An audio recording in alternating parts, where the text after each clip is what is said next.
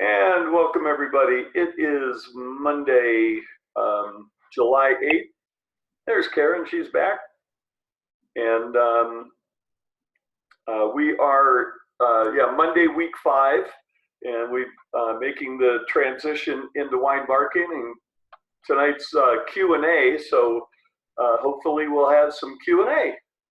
That'd be awesome. Why don't we start with Rich, and then Paul had a discussion about that's really timely about Supreme Court decision and some things that are going on in that world. Yay! This is fantastic. This is a record crowd. So great. So why don't you tell me? Here's for those of you who haven't done the blending exercise. Remember, it's not a requirement. Rich also posted some pictures, and Paul, I know you're not on the Facebook, but basically to simplify it, I liked your workaround. Instead of soaking the labels off, he just put paper bags over the bottles and stuck the lab labels, if you will, the bulk wine labels to the bag. Yeah, a couple of labels were the silk screen type. Yeah. So then you've got silk screen labels, and again, it's not a requirement to do it, and there's nothing to turn in, but I just, different people get different things out of it. And Rich, you want to share a bit about your projects and what you did? I did it a little bit differently than I think what the instructions were, because I wanted to get a little bit more kind of unabashed feedback from the people participating and kind of see how it worked out. And it ended up being a blast. And I guess, just if you want, feel free to email what I sent you out to everybody in the group if you want. Oh yeah, I'll do that. Yeah, because I know Paul, and I'm not sure if anybody else is not on Facebook, but that way I didn't post all of that stuff to Facebook, all the documents that I sent you. But you can send those out if you want. But I guess in short, the fun part was I had everyone do a blind tasting of the 6 bulk samples that I chose and just evaluate each one on their own merits. And almost unanimously, everybody chose the best Cabernet example that I had in the bulk, a nice, good quality Sonoma Cabernet as their top choice out of the bulk wines. And the one that scored the worst, it was only my son-in-law that chose that one as his favorite. And everybody just mocked and laughed at him. It was a Zinfandel. And long story short, we went through this whole process. It's all described in the document that I sent you, how we went through the process. But he blended the cheapest Cabernet with a mediocre Merlot and that Zinfandel, and he won the contest. Hands down. 4 out of 6 people rated that in the end as their #1 wine. So it was fun, and it was my older children and their significant others, and my sister-in-law and my wife, and my girls called me on their way home and they said, "Dad, that was so fun. You could charge people to do that." And people do that, yes. They said, and we just had a great time doing it. And feel free to send the stuff out. It's way too deep to go into now, but it'll be really fun for everybody to look at. Yeah, for anybody who wants a deeper dive, I will definitely forward that on when I send out the materials today. And and that really gets down to, it doesn't matter if you've got a room full of sommeliers or winemakers or whatever. there's different opinions, and especially when you're tasting the material blind. I do workshops. I haven't done them for quite a while, for not since the last 3 years that I've been in Bend, but we used to do them on a regular basis in Napa, and I set them up at different kind of events around the world, if you will. And it's really interesting to see when you've got a room full of people and you break everybody down into teams, and then what's the team strategy? What are they going to adopt as their strategy? And this is the honest truth. Every single time that I've done this, in a dozen or so live situations where I think the smallest amount is like, 6 teams of typically 6 people, so about 36 people in the class. Everybody's got a computer to plug their numbers in, and so the prize is given for the wine that has the combination of the best aesthetic performance. So each team then submits a blend. Everybody leaves the room. We do a blind tasting and then do a force ranking of all the blends. So prize number 1 is for the best blend. And then prize number 2 is for the best financial, everybody's kind of given, 10,000 cases, $25 red blend kind of a thing.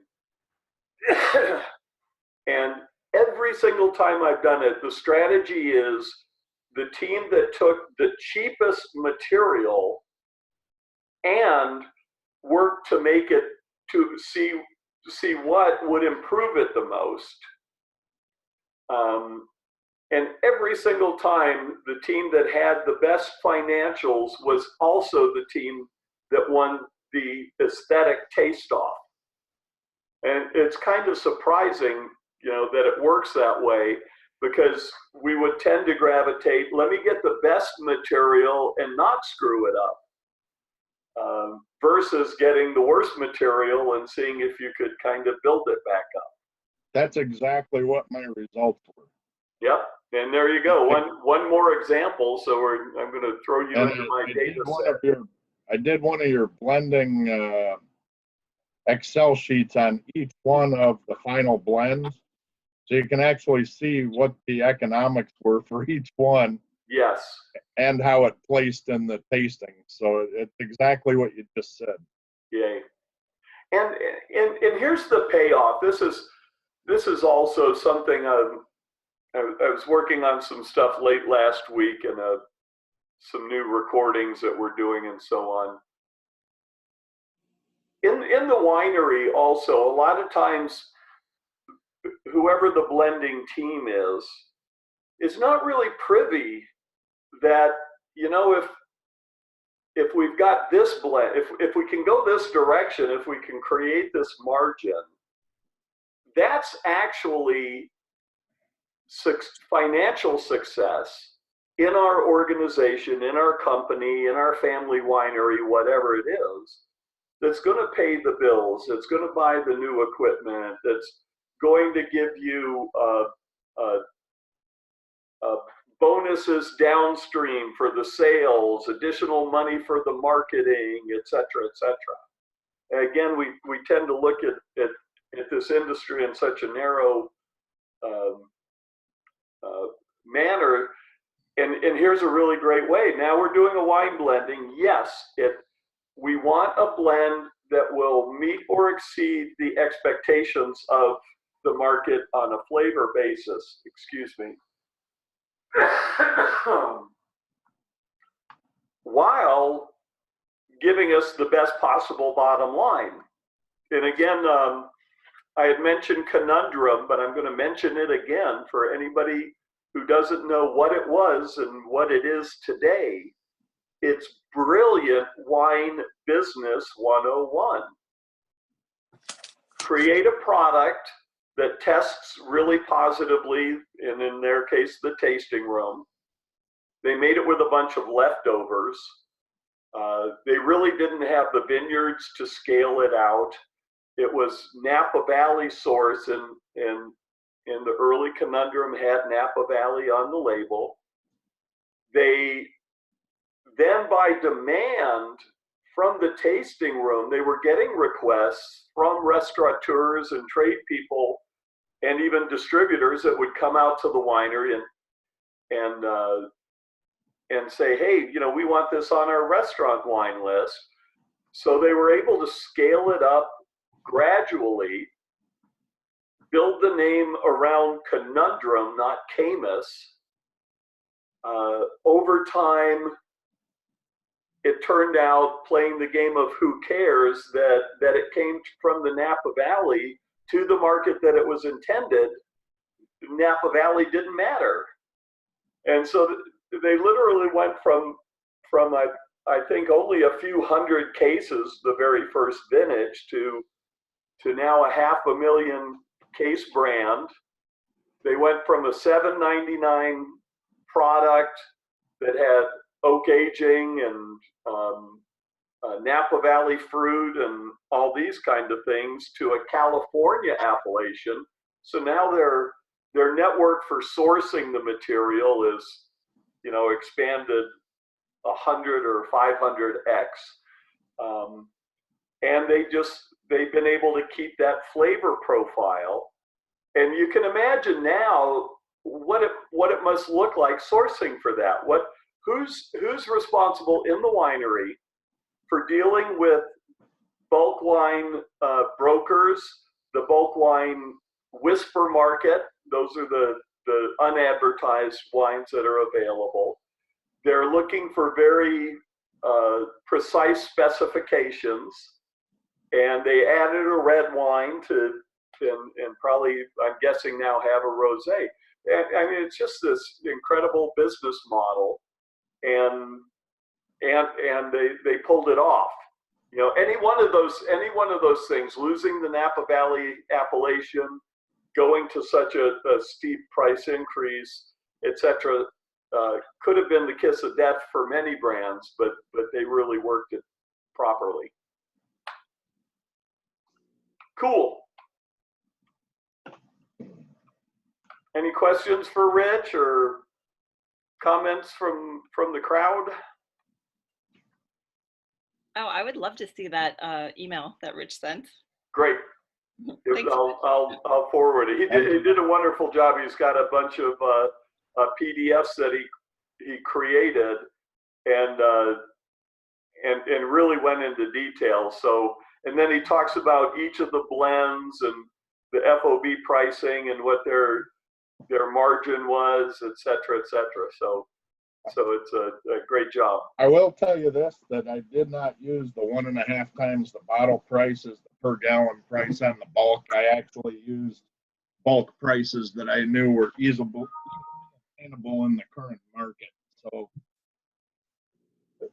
the wines involved in it could easily make up the blends that are included at the current market prices.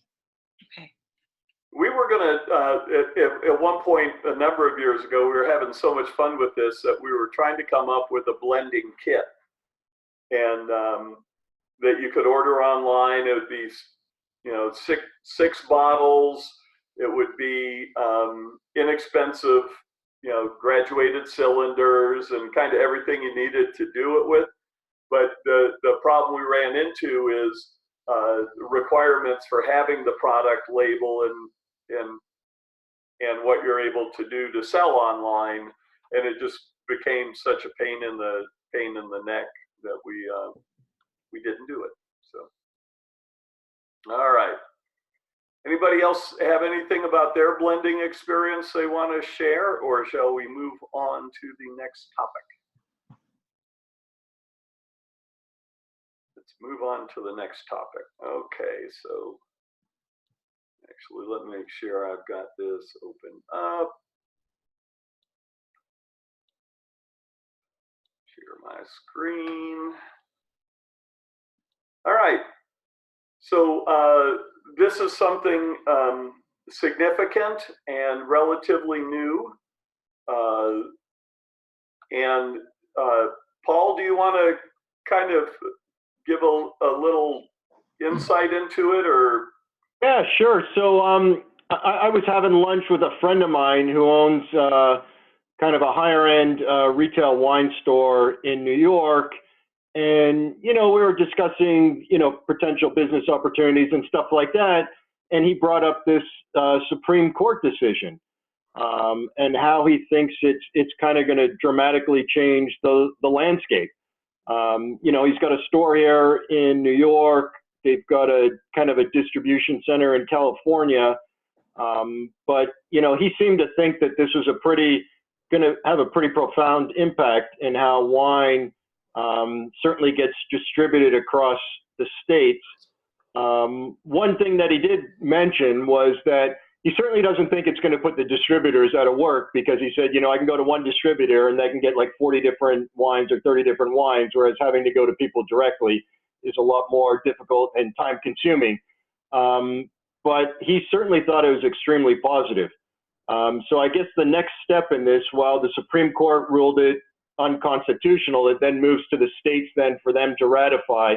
So I think he said when he was speaking to the NAWR, they had found one kind of retailer to step up, which I think is starting to sue New Jersey now.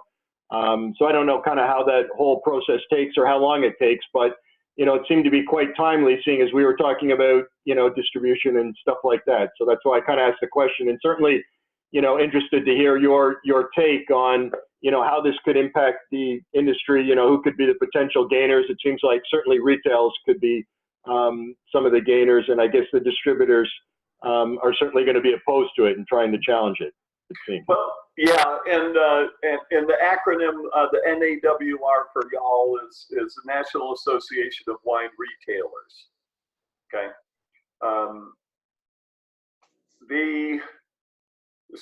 So I'm gonna kind of use this to jam for a little bit on a little bit of the background of the three-tier system, and also for some critical thinking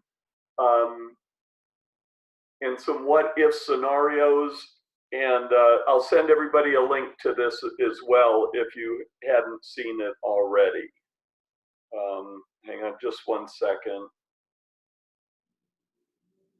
And let me make a note of inbox. Okay. So anybody know how we got into the mess that we got into with 50 different states, each with their own idea of regulations and so forth, which is our current model in the U.S. After Prohibition,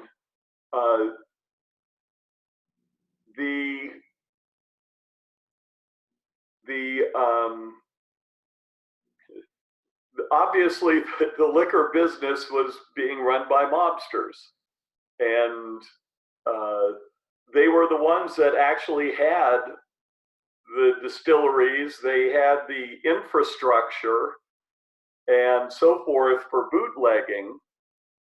And so when Prohibition was repealed, it was also a well organized and well funded group of criminals who had control of production and distribution, and they were able to lobby and to drive things to get a state by state interpretation, and have control within each state that, depending on the state and the politics at the time, really gave the distributors a lock on the marketing and the distribution of wine.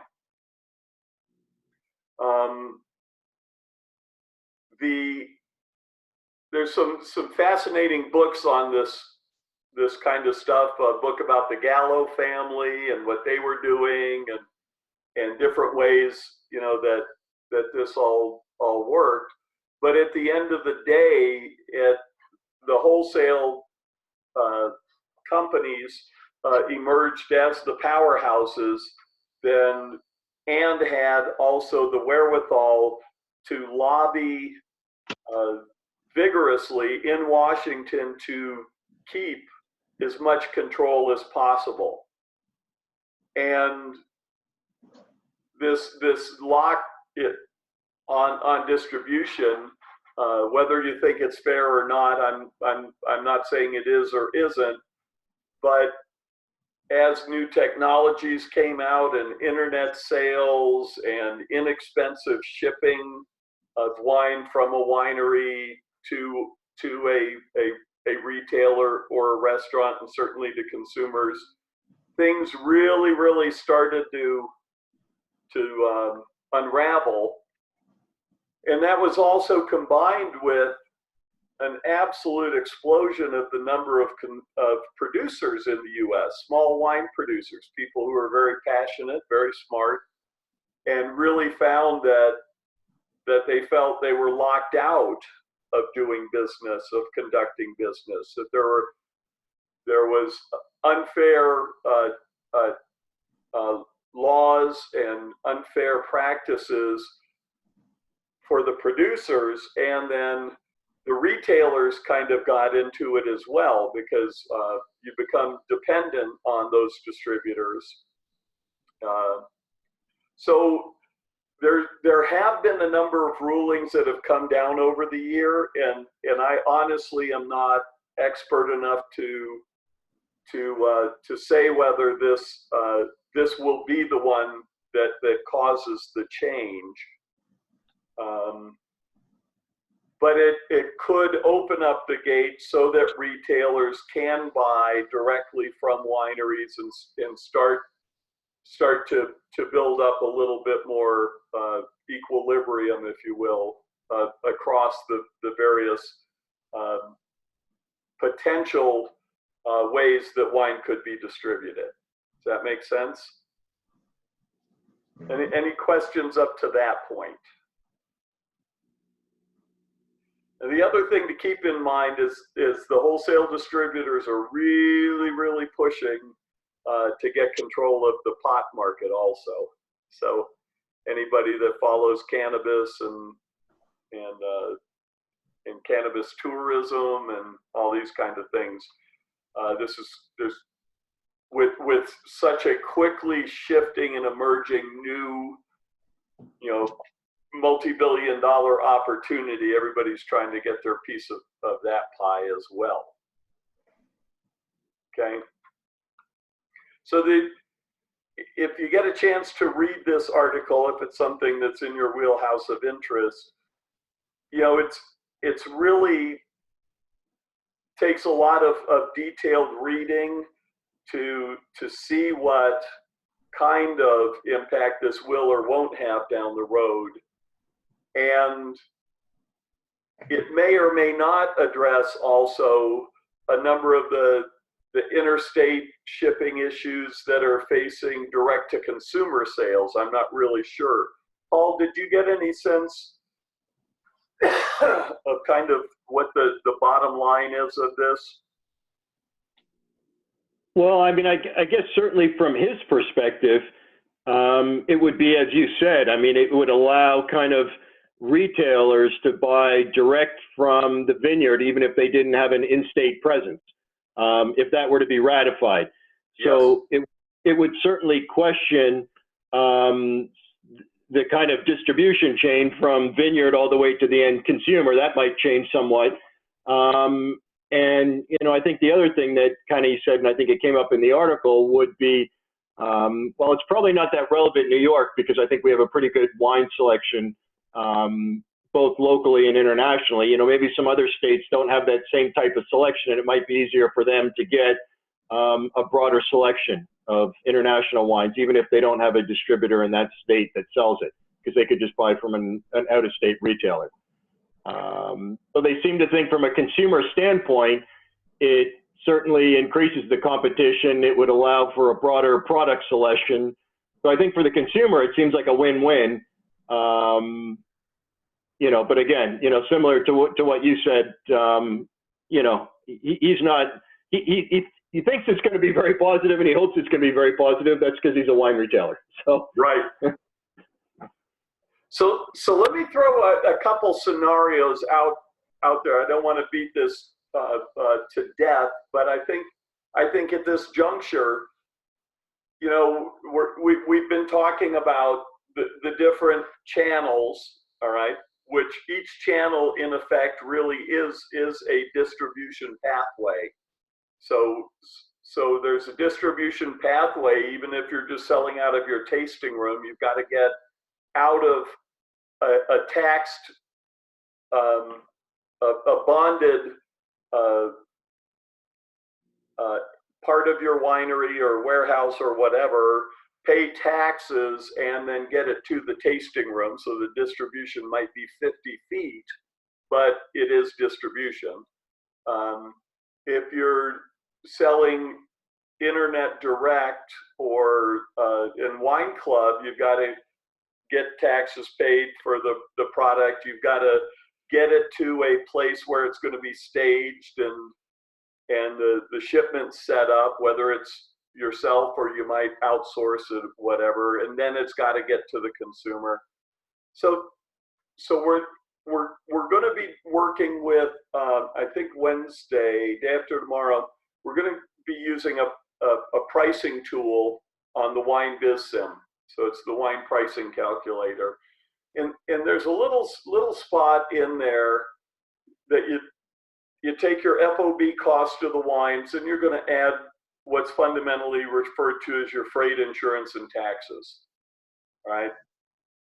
And freight, insurance, and taxes, if you're going through a kind of a standard three-tier system, you'll consolidate it with probably another shipment. If you're a large enough winery, you've got your own full containers going off and so on and so forth. But the long and short is that if let's say that right this minute we're able to say, okay guys, you know, we're on this conference call because now we can sell direct into these states. What is the cost of shipping, insurance, and taxes of a few cases of product, let's say, versus the economies of scale of doing three-tier distribution? Does that make sense? So if we were looking at this as an option to a way of doing business, oh, awesome, we could do this, but at the end of the day, what's really the cost involved? Now, the benefit is that there would usually be the distributor markup on top of their landed cost, so that gray area is there's even more money, if you will, in that space, but now you've got to take on, you did not eliminate the middleman, you're becoming the middleman.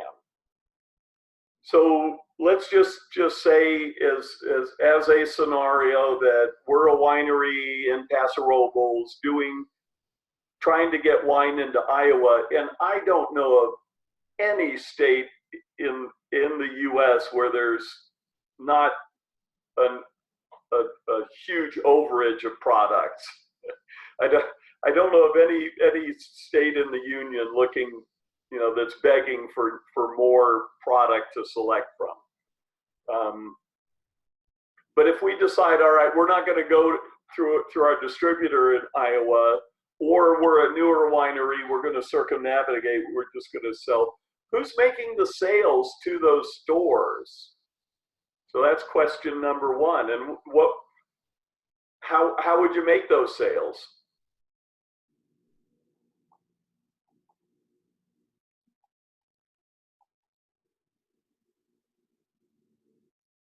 Anybody have any thoughts?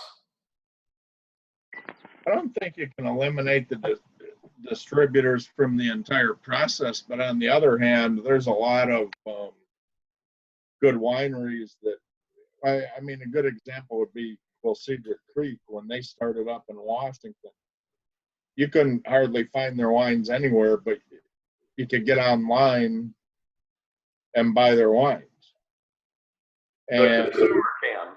the consumer could, Right. if you lived in a state where they could be shipped to. And so situations like that, the consumer is going to have a lot more options, especially in states that weren't friendly, like Florida or Michigan or wherever, to that type of shipping. On the other hand, as a winery grows and grows and grows, that becomes less practical, and the distributor model probably works a little better for them to clear excess inventory. Well, and that gets down to running a SWOT analysis of the opportunity. Now, first of all, this may have impact into direct-to-consumer shipments, but this Supreme Court ruling, I believe, is specifically to allow a bypass of the three-tier system and the winery selling directly to a retailer, not direct-to-consumer per se. Is that how you read it, Chris?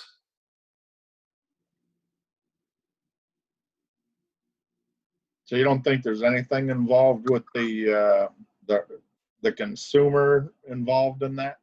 Well, what they're doing is they're trying to build the case, and I highlighted it here. Again, I'll send this for you, and it says,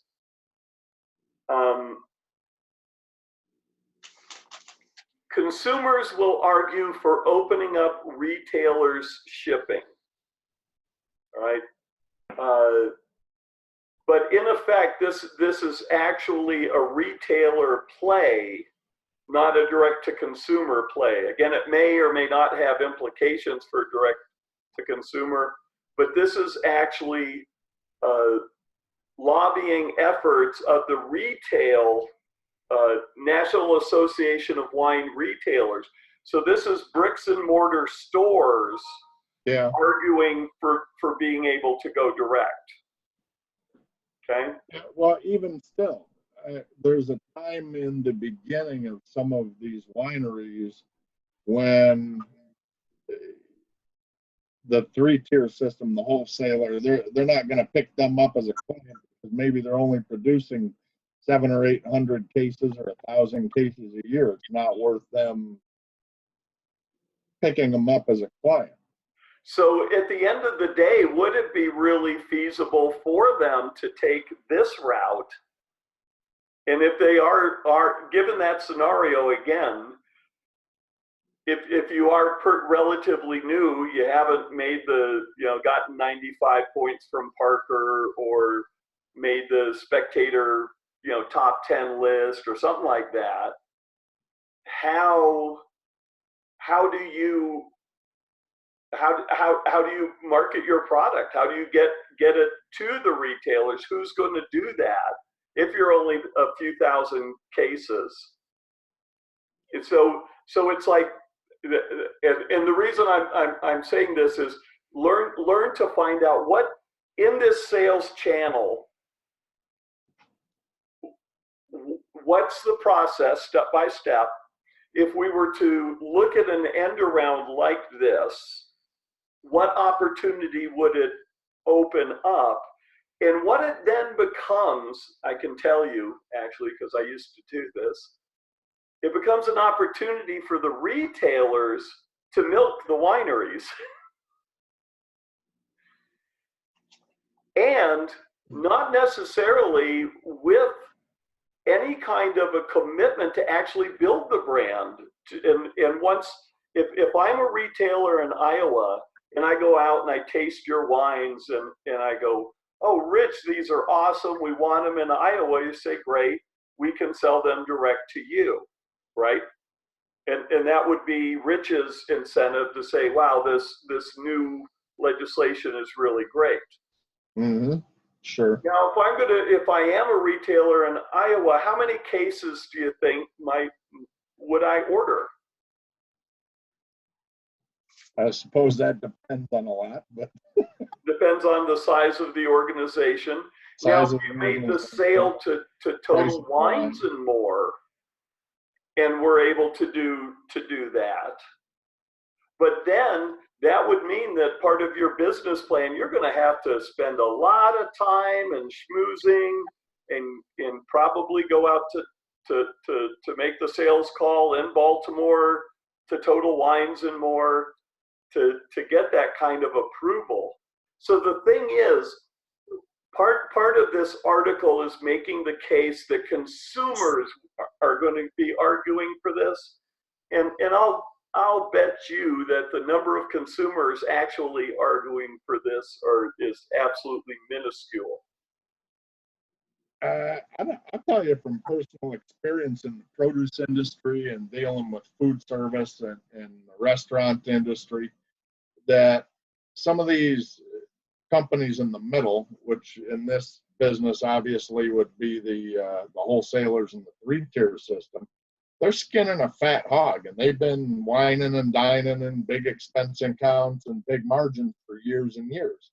And when you operate like that, you almost have a monopoly in it, and then you get a Supreme Court ruling like you just got, you are very vulnerable, because now that winery that you're talking about, they don't need to do even 10% of the work that wholesaler did to get the business. All they have to do is say, I'll show you what the costs are. You have to agree that I deserve to make a profit. And boom, they shake hands, and that wholesaler's out on the street.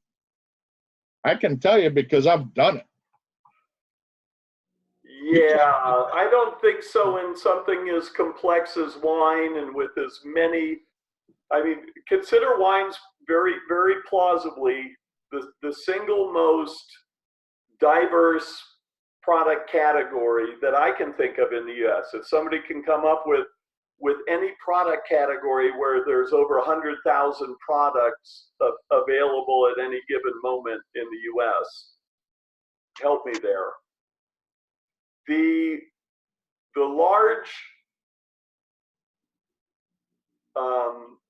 producers rely on an awful lot of the services and the day-to-day sales and and merchandising and everything else of the distributors. The big wineries are buying more and more of small wineries, so they've got hugely diversified products. So what I'd like you all to do is noodle this. I'm going to send out the article and see if you can find holes to kind of drill, because I don't want to spend too much time on this, but it really brings up an awful lot of questions, and that really would require answers to say that, wow, here's this obscure winery in Virginia or Indiana or Paso Robles or you name it. If the retailers now have this local option, what kind of volumes would it actually take away from the distributors, and would it be significant? I just can't see it because of the time, the effort, and the money that has to go into making the sales call. And if I'm a buyer and I know that you can't get this distribution in my state, and I come out to the winery, or maybe you stumble into my store in Iowa on a sales trip or whatever, I'm going to ask for some pretty strong discount and so forth. And I'm going to want to ensure that none of my competitors get your product. So if I'm actually a retailer in Iowa or New York, and boy, in New York, it's now going to become a free-for-all of the players in retail to get, to carve out some sort of exclusivity on the product. It'll be small quantities, but I'm not going to do, I'll actually be working against your marketing efforts in my state. And I know that because I used to do that.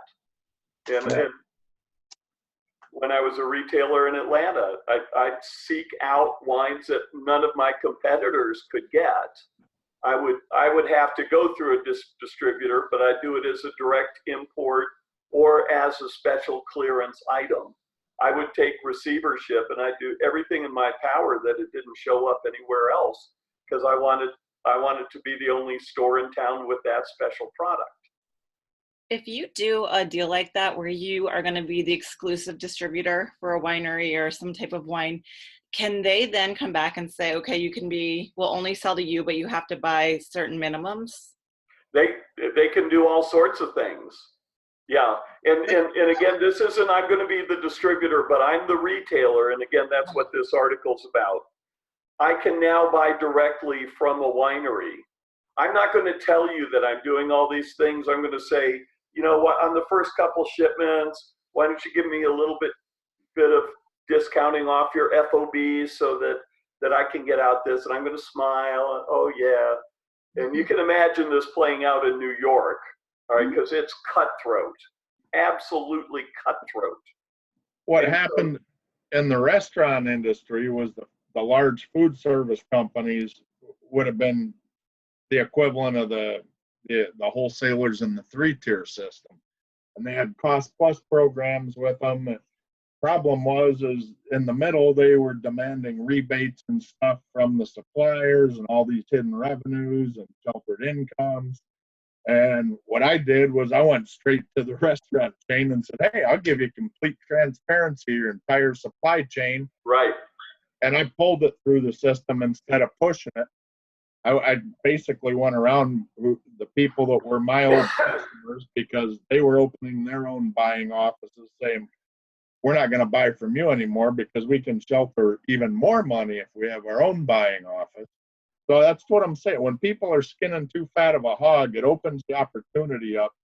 And this change in the law just made that much more feasible, because now if the person in the middle gets too cocky, they run the risk of the winery going direct to the retailer, telling them exactly what the cost is, and the retailer goes back, and Walmart's famous for it, but saying, we want to know what all your costs are. We're going to tell you how much money you can make, and if you're making too much, then you need to reduce your costs, and so on and so forth, and whatever. So there is huge potential for a breakdown of that 3-tier. Does everybody understand Rich's case? Okay. What's the biggest difference in, if you will, the general status of the product between, there's something really, really big that wine is that produce isn't? Perishability. Right? I mean, it's basically regulated by the state and controlled by the state. It's a controlled substance. Alcohol. Yeah. So now that infrastructure you want to get out there, you're going to, in every state that you want to do business with, you're going to have to then assign a broker in many states. You're actually going to sell to the distributor still in some states, Philadelphia, this and that. You're going to have to do label approvals. You're going to have to do registrations and setup in all 50 states. And I can tell you purely and simply that as a retailer, as proliferation of brands was really kind of taking off in the 80s, I didn't want to have to deal with 100 people to place my orders and get my shipments of 100 products. I worked with my distributor salespeople because they came to me, they had their portfolio. You know, I negotiated what I need to do and whatever, but from from maybe 4 or 5 different calls a week, I could service my wine section of over 2,000 products. Now, He did and mention that too. I mean, he certainly said that it's not going to put the distributors out because, no, you know, he could just no way, shape, or form. Yeah, exactly. Yeah. No, And then at that national account level, doing business with whether it's, you know, Carrabba's or Olive Garden or Marriott or whatever it is, they're not going to have their F&B people dealing with wineries on a one-on-one basis. So again, there are some really, really significant things to take. All I'm saying is to take into account and be aware of that it's a false equivalency to say that this worked in produce, it'll work in wine. Does that make sense, Rich?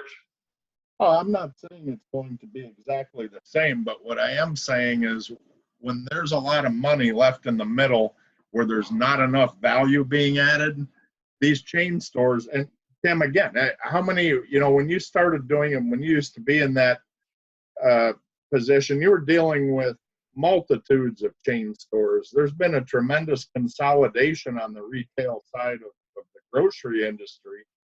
So there's only a half a dozen of them that control 80% of the market. And those people control their costs. And when they see the opportunity here, they may still have need for the distributors, but they're going to make them a lot more honest. It's going to change the paradigm of their business. Well, and it's also taking assumption that there is this huge margin and that there's not a value provided for the distributors provide a lot of service. And no, they can't live without them. I'm not saying they can, but they will go in there and they'll cut the fat out. Right. And so it may shrink their margins and whatever. It won't eliminate it, but I really want everybody to role play this week in a store, looking at the shelves and see if you can find a manager or go into a restaurant and ask them if you could buy direct from a bunch of wineries, would you do that? And their own internal accounting and ordering their own systems won't allow them to do that. So again, it's just something that these things are very easy to be hyperbolic and kind of sensational. And you've got somebody at the retail level saying, oh, it's really what the consumers want. Well, the teeniest, tiniest percentage of consumers even know, what goes on, and so forth.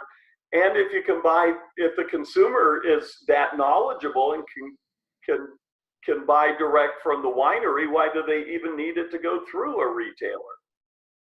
So, there's just a lot of holes is all I'm saying. And these are the kind of things I want you to be able to kind of think through. I'm not saying I don't know the answer to it. And you, Rich, you might be 100% right on, but I also know a great deal about, all the different ancillary things and some of these problems. But if we just assume that it's just for retailers basically growing across state lines, if you're a consumer, then surely the bottom line to Rich's point is that you're going to benefit because there's increased competition and it's only going to drive prices lower and you're going to have more selection. So from a consumer standpoint, there's only upside, isn't there? Unless I'm missing something. I don't know. That's assuming that it would be cheaper to do it. I'm not sure it would be cheaper. This will be a fun thing when we get to the pricing scenarios. I mean, create a scenario that would say, okay, I'm a retailer. I want to make a purchase of what kind of product that this would kind of, be in that wheelhouse. Does that make sense? Mm-hmm. How many cases would I order? I've got to order it direct through the winery, and then they've got to fulfill it. They've got to ship it to me. So how many, if I'm a retailer, how many products like that would I want to hassle with?